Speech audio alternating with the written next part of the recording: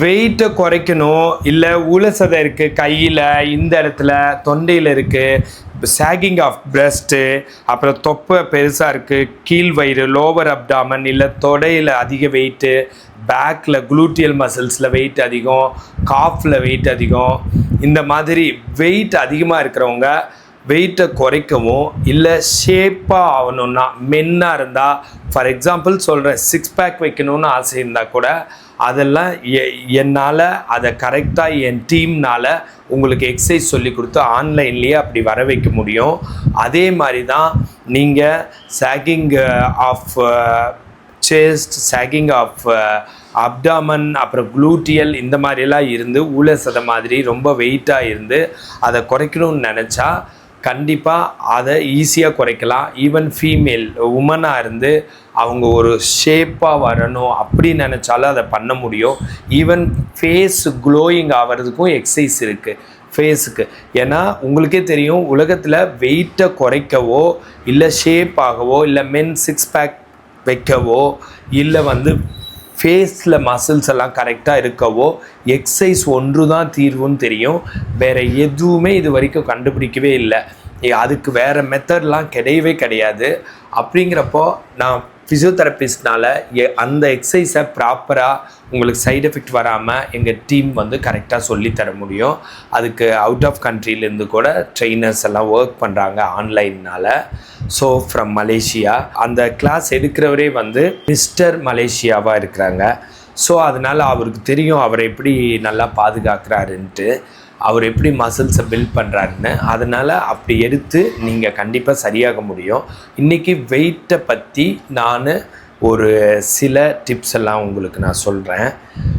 Wait பற்றி என்னன்னு கேட்டால், வெயிட்டை கண்ட்ரோல் பண்ணுறது உங்களுக்கே தெரியும். கலோரி, அப்புறம் எவ்வளவு இன்டேக் எடுக்கிறோம், இதெல்லாம் முக்கியமாக இருந்த போதிலும் இதை தவிர வேறு நிறைய வெயிட்டுக்கு காரணமாக இருக்குது. அதில் நான் எப்போவுமே முக்கியமான காரணம்னு சொல்கிறது என்னென்னா ஹார்மோன்ஸ் தான்.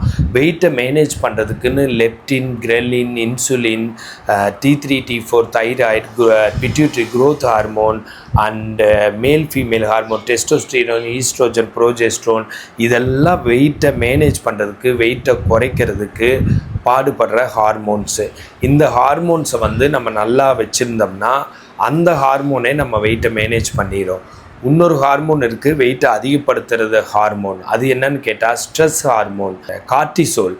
அதை தவிர ஃபியருக்கு வர ஹார்மோன் அட்ரினலின், இதெல்லாம் வெயிட்டை இன்க்ரீஸ் பண்ண முடியும் இதால் எல்லாம்.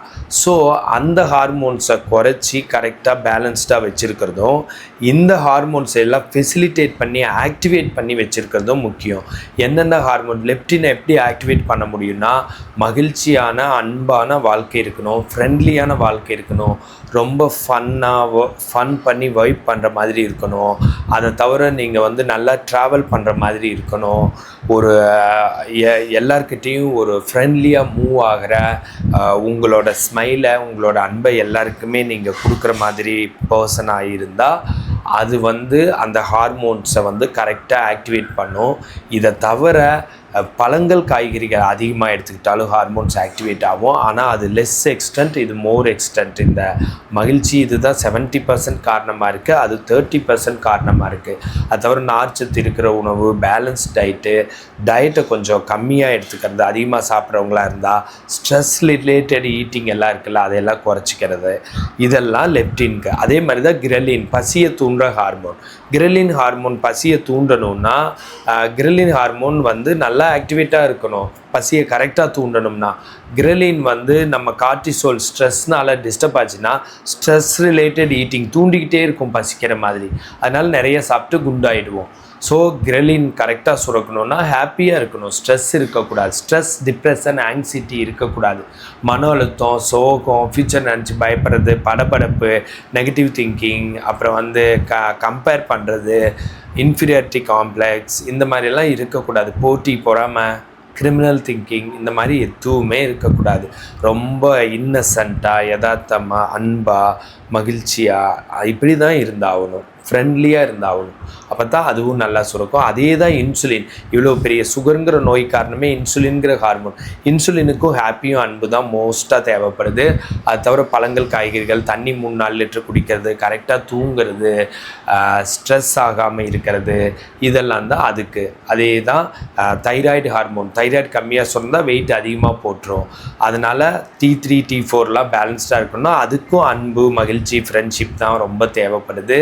அதுக்குமே ரொம்ப பாசிட்டிவ் எண்ணமும், சமுதாயத்தை நேசிக்கிறதும், மனுஷங்களை நேசிக்கிறதும், நம்ம நம்பிக்கை, ட்ரஸ்ட் இஷ்யூவே இருக்கக்கூடாது. நம்மளை நம்பலாம் அப்படிங்கிற மாதிரி இருக்கணும். நம்மளை நம்புனா நம்ம காலவாரி விட்டுருவோங்கிற கேரக்டர் இருந்தால் நோய்கள் கண்டிப்பாக வரும். பார்த்துக்கோங்க, அடுத்தவங்களுக்கு நீங்கள் செய்கிறீங்க, உங்களுக்கு கடவுள் செஞ்சிருவார். அதனால் அதுவும் இருக்கணும்.